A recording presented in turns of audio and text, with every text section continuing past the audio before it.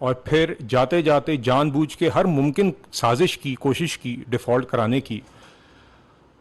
جو بارودی سرنگیں وہ بچھا کر گئے کہ ملک ڈیفالٹ کر جائے، ان کی چھوٹی سیاست کے لیے، ان کی مصنوعی سیاست کے لیے وہ سرنگیں ہم نے صاف کی.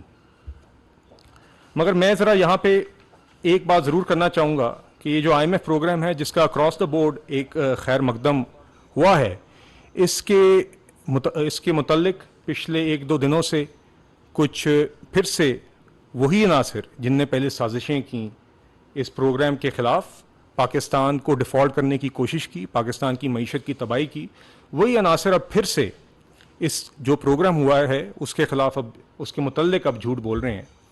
اور کیونکہ ان لوگوں کو یہ بات ہضم نہیں ہو رہی کہ کس طرح ملک ڈیفالٹ نہیں کیا، کہ کس طرح جو بارودی سرنگیں وہ بچھا کر گئے تھے وہ کام نہیں کی، کس طرح ان لوگوں نے مطلب کہ موجودہ حکومت نے آ کے نہ صرف پچھلے ایک سال میں ڈیفالٹ اوائڈ کیا مگر ساتھ ہی ساتھ مشکل ترین حالات میں جہاں پہلے ہی معاشی مشکلات تھیں اس میں کمزور طبقات کو بھی مدد فراہم کی، خواہ وہ بے نظیر انکم سپورٹ پروگرام کے تھرو ہو جس کے اندر آپ نے دیکھا کہ اس کا بجٹ بھی بڑھایا گیا، جو اس کے اندر اسٹائپنڈ ملتا تھا مستحق خاندانوں کو وہ بھی بڑھایا. اور یہ بے نظیر انکم سپورٹ پروگرام کے متعلق یہ بات کرنا ضروری ہے، آپ کے توسط سے لوگوں کو بتانا ضروری ہے کہ یہ سائنٹیفک طریقے سے ایک ہاؤس ہولڈ سروے کے تحت ہمارے ملک کے جو سب سے مستحق خاندان ہوتے ہیں ان کی شناخت کر کے ان تک ڈائریکٹ مدد پہنچاتی ہے تاکہ وہ کسی کے محتاج نہ ہو، تاکہ ان کو کسی کے پاس جانا نہ پڑے. تو اس کا بجٹ ہم نے مشکل ترین حالات میں بڑھایا بھی، ان کا اسٹائپنڈ بھی ہم نے بڑھایا.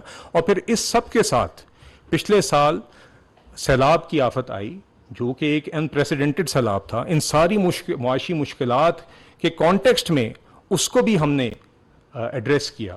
اپنے سیلاب متاثرین جو ہمارے بہن بھائی تھے، بزرگ تھے، ان کو بھی مدد فراہم کی. آپ جانتے ہیں کہ 3 کروڑ سے زائد پاکستانی اس سے متاثر ہوئے، 1/3 سے زیادہ پاکستان کی جو زمین تھی وہ پانی کے نیچے تھی. 100 ارب روپے سے زائد اس ٹائم پہ فوراً ریلیف اور ریہیبلیٹیشن کے لیے پاکستان نے خرچ کیے. 30 ارب ڈالر کا ہمیں اس کا نقصان ہوا. تو یہ سب کام ہم نے کیے.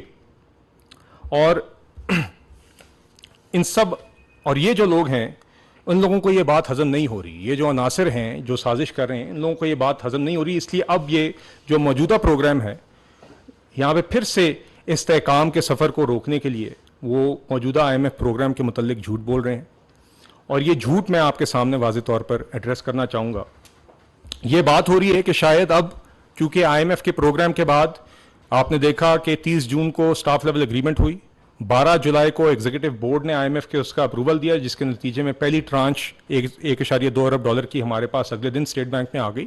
اس کے بعد اب چند دن بعد یا ایک دن پہلے، آج سے ایک دن پہلے آئی ایم ایف کی سٹاف لیول رپورٹ باہر آ گئی ہے. تو اس موقع کو استعمال کر کے کچھ لوگ یہ جھوٹ بول رہے ہیں کہ شاید کوئی اضافی ٹیکسز اب مزید کوئی اضافی ٹیکسز کوئی لگ رہے ہیں. کچھ لوگ یہ بات کرتے ہیں کہ شاید زراعت کے اوپر کہ زراعت کی آمدن پہ کوئی ٹیکس ہے. میں آپ کو واضح طور پہ یہاں پہ بتانا چاہتا ہوں کہ آئی ایم ایف کے نتیجے، آئی ایم ایف کے پروگرام اور آئی ایم ایف کے ساتھ مذاکرات کے نتیجے میں جو بھی بجٹ کے اندر چینجز ہونے تھے وہ بجٹ کے سیشن کے دوران ہوئے. آپ کو یاد ہوگا ان دنوں میں کچھ ہمارے بجٹ ہم نے 9 جون کو پریزنٹ کیا تھا، اور جب بجٹ پریزنٹ ہونے کے بعد بجٹ سیشن کے دوران ہی آئی ایم ایف کے ساتھ بات چیت اور مذاکرات ہو گئے تھے. تو ان مذاکرات کے نتیجے میں کچھ بجٹ میں جو چینجز آنے تھے، اور وہ کوئی خاطر خواہ چینجز نہیں تھے، وہ چینجز بھی اتنے سگنیفیکنٹ نہیں تھے، مگر جو بھی چینجز تھے اور جو بھی ٹیکسز یا جو بھی ایکسپینڈیچر میں چینجز، اخراجات میں بھی اس میں 85 ارب کی کمی ہوئی. ہم نے بلکہ بے نظیر انکم سپورٹ پروگرام کا بجٹ مزید 450 ارب پریزنٹ کر کے 466 ارب پہ ہم لے گئے. یہ سارے چینجز اس ٹائم پہ طے ہوئے تھے. وہی جو بجٹ کے اندر ہی جو ٹیکسز عائد کیے گئے تھے وہی ٹیکسز ہیں. اب 9 ماہ میں ہم نے اس کی پیروی کرنی ہے، 9 ماہ میں ہم نے اس کو امپلیمنٹ کرنا ہے. اس لیے اگر کوئی بھی شخص یہ تاثر دے رہا ہے کہ اب کوئی مزید ٹیکسز کی کوئی کمٹمنٹ ہوئی ہے یا مزید ٹیکسز لگائے جا رہے ہیں، اور خاص طور پہ ایک یہ جھوٹ بولا جا رہا ہے کہ زراعت کی آمدن پہ کوئی ٹیکس لایا جا رہا ہے، ایسی ہرگز کوئی بات نہیں ہے. میں امید کرتا ہوں کہ یہ آپ کے توسط سے یہ بات کلیئر ہو جائے تاکہ جو بھی لوگ اب یہ پھر سے ابہام بنانا چاہ رہے ہیں. ہم نے دیکھیں ایک بڑی مشکل سے ایک بجٹ پیش کیا جس کے اندر ساری ہماری پرائرٹیز ہم نے بیلنس کی ہیں. اس کے اندر معاشی استحکام کے سفر کو بھی جاری رکھنا ہے، معیشت میں واپس گروتھ بھی لانی ہے، وہ اصلاحات بھی کرنی ہے معاشی جو ہماری ملک کی ضرورت ہیں، اور آئی ایم ایف کے ساتھ جو ہمارا معاملہ طے ہوا ہے اس کو بھی اس میں ریفلیکٹ کیا ہوا ہے. اب اسی پروگرام کو لے کے اور اسی بجٹ کو لے کے انشاءاللہ آگے ہم امپلیمنٹ کریں گے. اور ابھی جو یہ اضافی ٹیکسز بالخصوص زراعت کے شعبے کے متعلق بات ہو رہی ہے، ایسی کوئی بات نہیں ہے. مگر میں ساتھ ہی ساتھ ایک طرف تو میں آپ کو بتانا چاہ رہا تھا کہ یہ جو جھوٹ ہیں اس کے متعلق اس کے حقائق کیا ہیں وہ میں نے آپ کے سامنے پیش کیے، مگر میں ساتھ ہی ساتھ ذرا یہ بتانا چاہتا تھا آپ کو اور آپ کے سامنے کچھ حقائق پیش کرنا چاہ رہا تھا کہ ہمیں یہ پروگرام کیوں کرنا پڑا. چونکہ اس متعلق بھی بہت قیاس آرائیاں کامنٹری کی جاتی ہے، اور اگر ہم یہ پروگرام نہ کرتے تو کیا ہوتا. اور ہم اکثر یہ بات کرتے ہیں کہ جب آئی ایم ایف کا پروگرام اگر نہ ہوتا تو ملک ڈیفالٹ کر جاتا. تو میں آپ کو ضرور یہ بتانا چاہوں گا کہ ڈیفالٹ ہوتا تو کیا ہوتا، اور ڈیفالٹ کے نتیجے میں سب سے زیادہ نقصان پاکستانی عوام کا اور سب سے زیادہ نقصان آپ کے سب سے کمزور طبقات کا ہوتا ہے. اس کی سب سے ویژول اور اعلیٰ مثال حال ہی میں یا گزشتہ 1-2 سالوں میں ہی سری لنکا میں آپ نے دیکھی ہے. سری لنکا میں اور اس کے میں امید کرتا ہوں جی جیسے میں آپ سے بات کر رہا ہوں شاید کچھ گرافکس بھی آپ کو نظر آ رہے ہوں گے کہ سری لنکا کے اندر آپ نے دیکھا کہ 18-20 گھنٹے لوڈ شیڈنگ ہوئی. اس لیے کیونکہ جب ملک ڈیفالٹ کرتا ہے تو آپ دنیا کے فائنینشیل نظام سے کٹ جاتے ہیں. آپ کے پاس وہ ڈالر وہ فارن ایکسچینج ریزرو نہیں رہتے کہ آپ وہ ایندھن خرید سکیں جس سے بجلی گھر چل سکیں. سری لنکا میں پیٹرول اسٹیشنوں پہ نہیں مل رہا تھا. لوگ 5 دن گاڑی قطار میں لگاتے تھے تو 5 یا 10 لیٹر پیٹرول ملتا تھا. سری لنکا میں کوکنگ گیس نہیں مل رہی تھی. خواتین اور بزرگ 2 دن قطاروں میں کھڑے ہوتے تھے تو ان کو کوکنگ گیس کے سلنڈر ملتے تھے. دوائیاں ختم ہو گئی تھیں. یہ وہ حالات تھے جو سری لنکا میں حال ہی میں ہوئے ہیں. اور یہاں پہ بھی بدقسمتی سے اگر خدا نہ خواستہ یہاں پہ اگر ڈیفالٹ ہو جاتا جو وہ عناصر چاہتے تھے، جو پچھلی مسلح شدہ حکومت نہ صرف اس پہلے تباہی کر کے گئی مگر اس نے ہر ممکن کوشش کی اقتدار پہ جب تک مسلط رہے، تب بھی جاتے اور جانے کے بعد بھی. یہ اس کا ثبوت آپ کے پاس ہے. یہ شوکت ترین صاحب اور تیمور جھگڑا صاحب کی آڈیو لیک ہے، پھر شوکت ترین اور محسن لغاری کی آڈیو لیک ہے جس کے اندر محسن لغاری باقاعدہ شوکت ترین سے پوچھتے ہیں کہ کیا اس خط سے جو ہم لکھ رہے ہیں اس سے ریاست کو نقصان تو نہیں ہوگا؟ یہ وہ خط ہے جو وہ آئی ایم ایف کو کاپی کرنا چاہ رہے تھے. تو اس کا شوکت ترین صاحب کے پاس کوئی واضح جواب نہیں تھا، اور جو جواب تھا وہ اتنا مایوس کن اور اتنا معذرت کے ساتھ میں الفاظ کا چناؤ کر رہا ہوں گھٹیا تھا. اور یہ وہ لوگ ہیں جو جانتے ہیں کہ اس طرح کے قدم سے وہ کیا نقصان پہنچا رہے تھے، وہ کیا رسک اس ملک میں پیدا کر رہے تھے. وہی وہ چاہ رہے تھے اور وہی وہ رسک پیدا کر رہے تھے جو سری لنکا میں ہو چکا تھا. یہ حالات جانتے ہوئے کہ یہ کام ہم کریں گے تو اس سے یہ کام ہو سکتا ہے، انہوں نے یہ کام پھر بھی کیا. تو دیکھیے یہاں پہ بھی اگر یہ ڈیفالٹ ہو جاتا، خدا نہ خواستہ اگر ڈیفالٹ ہو جاتا تو جو آپ قیمتیں دیکھ رہے ہیں قیمتیں دگنی ہوتی. یہ حقیقت ہے، یہ تلخ حقیقت ہے مگر یہ حقیقت ہے. میں ہرگز یہ نہیں کہوں گا کہ آج مہنگائی کی شرح جو ہے وہ قابل قبول ہے، یا یہ کہ ہم چاہتے ہیں کہ اس میں کمی نہ آئے. یقیناً اس میں کمی آنی بھی چاہیے، حکومت کوشاں شرح میں کمی آئی بھی ہے، 38% سے 29% تک ہوئی ہے. آگے انشاءاللہ مزید مہنگائی کو آہستہ آہستہ کم کریں گے. اور یہ بھی جو مہنگائی آج ہے اس کی بھی وجہ وہ تباہی ہے 4 سال کی، اور پچھلے 1 سال میں جو آگ لگی رہی ہے جس کو ہم بجھاتے رہے ہیں، وہ مہنگائی جو جتنی ہے اس کی وجہ بھی وہ ہے. اور اگر ہم نے یہ آگ نہ بجھائی ہوتی تو یہ مہنگائی بالکل قابو سے باہر ہوتی. بالکل یہاں پہ جس طرح آپ ہائپر انفلیشن کی بات کرتے ہیں کہ قیمتیں دگنی ہوتی ہیں، اس سے بھی زیادہ ہوتی. کرنسی آپ کی کریش کر سکتی ہے، ڈالر کا ریٹ بہت زیادہ ہوتا، آپ کو چیزوں کی قیمتیں پیچھے رہ جاتی، چیزوں کی قلت یہاں پہ پیدا ہو جاتی. چینی، آٹا، آپ کی ایندھن، پیٹرول، کوکنگ گیس، جو مثالیں میں نے آپ کو سری لنکا کی پیش کی ہیں، یہ سب یہ حقیقت ہے. یہ سیناریو ہم فیس کر رہے تھے. اسی وجہ سے ہماری حکومت نے جو یہ بات کرتی ہے کہ ہم نے حکومت سنبھال کر سیاست کو داؤ پر لگا کر ریاست کو بچانے کی جب ہم بات کرتے ہیں تو وہ اس لیے کرتے ہیں کیونکہ پاکستان مسلم لیگ نون اپنے آپ کو جانتی ہے کہ ہم اس ملک کی مدر جماعت ہیں، ہم پاکستان بنانے والی جماعت ہیں. ہمیں اس ٹائم پہ سوٹ کرتا تھا کہ ہم یہ ذمہ داری نہ اٹھاتے اور الیکشن میں چلے جاتے، مگر ہمیں پتا تھا کہ اس ٹائم پہ کوئی کیئر ٹیکر حکومت یا کوئی اور جماعت اللیجیٹمیٹ کوئی بھی پولیٹیکل سیٹ اپ اس طرح کے چیلنجز کو فیس نہیں کر سکتا. ہماری حکومت نے کیا.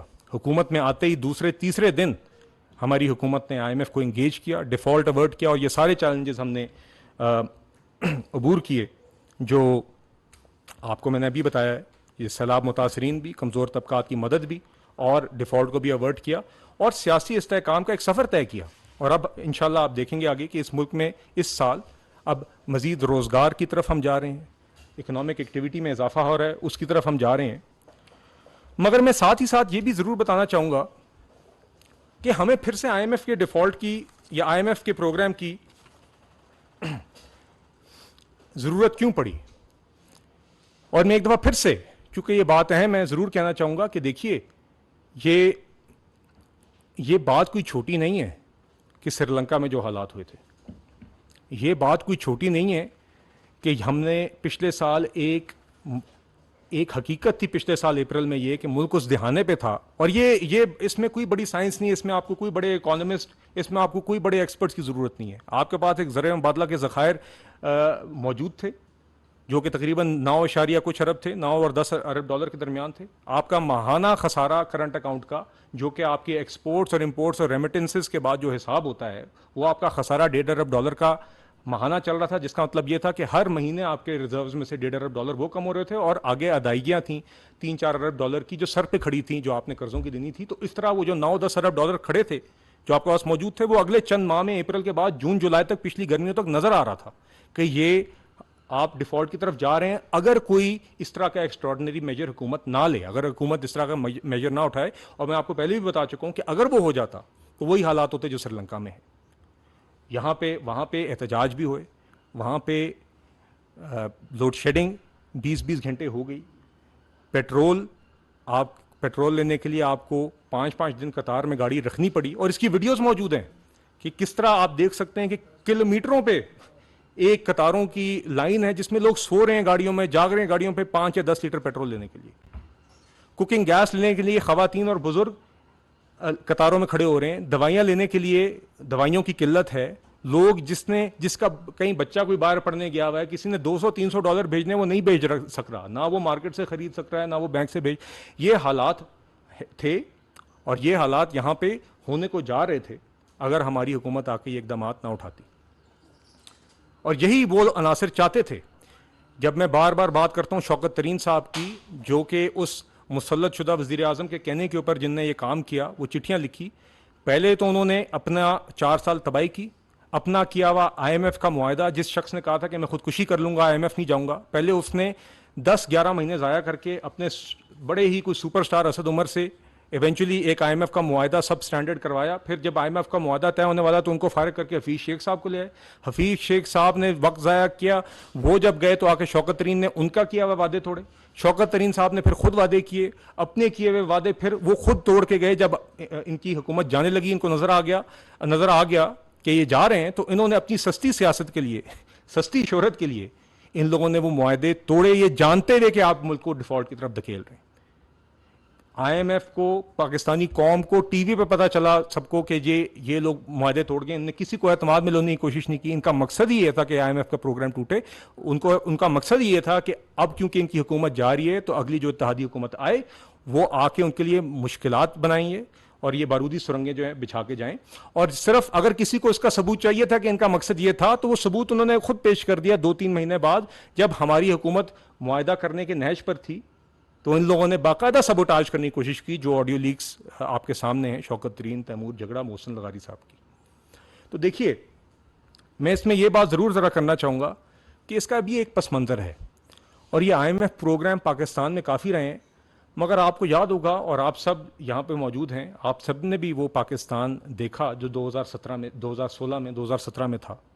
آپ سب نے بھی دیکھا کہ کس طرح پاکستان کی تاریخ میں پہلی دفعہ میاں محمد نواز شریف صاحب کی حکومت نے 2013 سے 2016 کے درمیان جو پروگرام آئی ایم ایف کا چلایا, وہ پروگرام چلایا بھی, اس کی شرائط بھی پوری کی, اس پروگرام کو چلاتے ہوئے خسارے بھی کم کیے, اس پروگرام کو چلاتے ہوئے مہنگائی بھی قابو میں رکھی. کوئی بھی بنیادی اشیاء جو تھیں ان کی قیمتوں میں اضافہ نہیں ہوا. آپ نے دیکھا کہ جب ہم حکومت چھوڑ کر گئے 2018 میں, تو مہنگائی کی شرح صرف 3.8% تھی, اور کھانے کی اشیاء کی شرح تو اور بھی کم تھی, صرف 2.3% تھی. مگر بات یہ ہے کہ ہم نے پہلی دفعہ آئی ایم ایف کو الوداع کہا. 2016 میں پاکستان کی تاریخ میں پہلی دفعہ پروگرام مکمل کیا, اور ہم میکرو اکنامک سٹیبلٹی, جسے معاشی استحکام ہم کہتے ہیں, معاشی استحکام اچیو کر چکے تھے. اور اس کے بعد وہ اصلاحات پروسیس میں تھی امپلیمنٹیشن کے, جو ہماری معیشت کی اشد ضرورت رہی ہیں، اس کا ایک مومنٹم بن گیا تھا، انویسٹر کانفیڈنس تھا، بزنس کانفیڈنس تھا، دہشت گردی کا خاتمہ ہو گیا تھا میاں محمد نواز شریف صاحب کے وقت میں، اور اسی آئی ایم ایف کے پروگرام میں رہتے ہوئے انہی معاشی مشکلات کے باوجود 300 ارب روپے ضرب عضب اور رد الفساد پہ ہم نے خرچ کیے، اپنے وسائل سے خرچ کیے دہشت گردی کے خاتمے کے لیے. جو 20 گھنٹے کی لوڈ شیڈنگ 2013 میں تھی، اس کا خاتمہ کیا، 14,000 میگا واٹ بجلی لگائی. یہ چیزیں کہنا آسان ہے، یہ آپ ان لوگوں سے پوچھیں، اور آپ میں سے کافی لوگ موجود ہیں کہ آپ سب جانتے ہیں 2013 میں کیا حالات تھے. اسی نظام کے اندر، جس کے اندر آپ کہتے ہیں کبھی اسٹے آرڈر ہو جاتے ہیں، کبھی بیوروکریسی کام نہیں کرتی، اسی نظام کے اندر نواز شریف صاحب نے کی لیڈرشپ کی وجہ سے ہم نے یہ سارے کام کر کے دکھائے، ملک کو اس نیچ پہ لے کے گئے. مگر ایک جرم جو ملک کے ساتھ کیا گیا، جو ایک جسے آپ پولیٹیکل ایکسپیریمنٹ کہتے ہیں، مگر جو ایک عوام کے ساتھ ایک جرم کیا گیا، جو کہ ایک پروجیکٹ تھا رسوائی کا، جو ایک پروجیکٹ تھا کرپشن کا، جو ایک پروجیکٹ تھا ملک کی جگ ہسائی کا، جو ایک پروجیکٹ تھا ملک کی تباہی کا، وہ 2017 میں قابل عمل یا عمل میں لایا گیا، جس کا بنیادی مقصد یہ تھا کہ ریاست کی ساری مشینری استعمال کر کے نواز شریف صاحب کو ہٹایا جائے. نواز شریف صاحب کو پہلے وزارت عظمیٰ سے ہٹایا گیا، پھر ان کو پارٹی کی صدارت سے ہٹایا گیا، پھر ان کو ایک بھونڈے کیس میں جھوٹ کی بنیاد پر جیل بھی بھیج دیا گیا. اور اس کا نقصان، اس کا خمیازہ، اس کی ساری جو آگ یہاں پہ لگی ہے، اس کا سارا نقصان پاکستانی عوام کو ہوا ہے، اور بالخصوص ہمارے کمزور طبقات کو ہوا. کیونکہ 2018 سے 2022 کے درمیان ہوا کیا ہے؟ 60 لاکھ سے زائد لوگ بے روزگار ہوئے ہیں، 2 کروڑ سے زائد لوگ غربت کی لکیر کے نیچے دھکیلے گئے ہیں، اور مہنگائی مستقل رہی ہے. اور ابھی بھی جو مہنگائی ہے، یہ میں نے آپ کو جس طرح پہلے کہا، یہ مہنگائی کی شرح بہت زیادہ ہو سکتی تھی. ابھی ہم نے آگ بجھائی ہے تو یہ مہنگائی یہاں تک قابو ہوئی ہے. تو دیکھیے 2013 سے 2016 تک اور 2017 تک جو سفر تھا، نہ صرف وہ 2018 کے بعد یا 2017 کے بعد نواز شریف صاحب کو ہٹا کے ایک ریورس گیئر لگایا گیا. یہ بات اکثر ہوتی ہے کہ یہ وقت ضائع ہوا ہے، یہ وقت ضائع نہیں ہوا. وقت ضائع تو صرف تب ہوتا جب صرف ایک پاز ہوتا معاملات پر. باقاعدہ ریورس گیئر اس ملک کو لگایا گیا. 2018 سے 2022 کے اندر اس ملک کو ریورس گیئر لگایا گیا، اور 2022 کے بعد بھی جب یہ مسلط شدہ حکومت ہٹائے گی تو وہ جو عناصر تھے انہوں نے کوشش کی کہ یہ ریورس گیئر جاری رہے. اور اسی لیے آپ دیکھ سکتے ہیں کہ بدقسمتی سے جو سفر جہاں پہ ہم 2017 میں کھڑے تھے،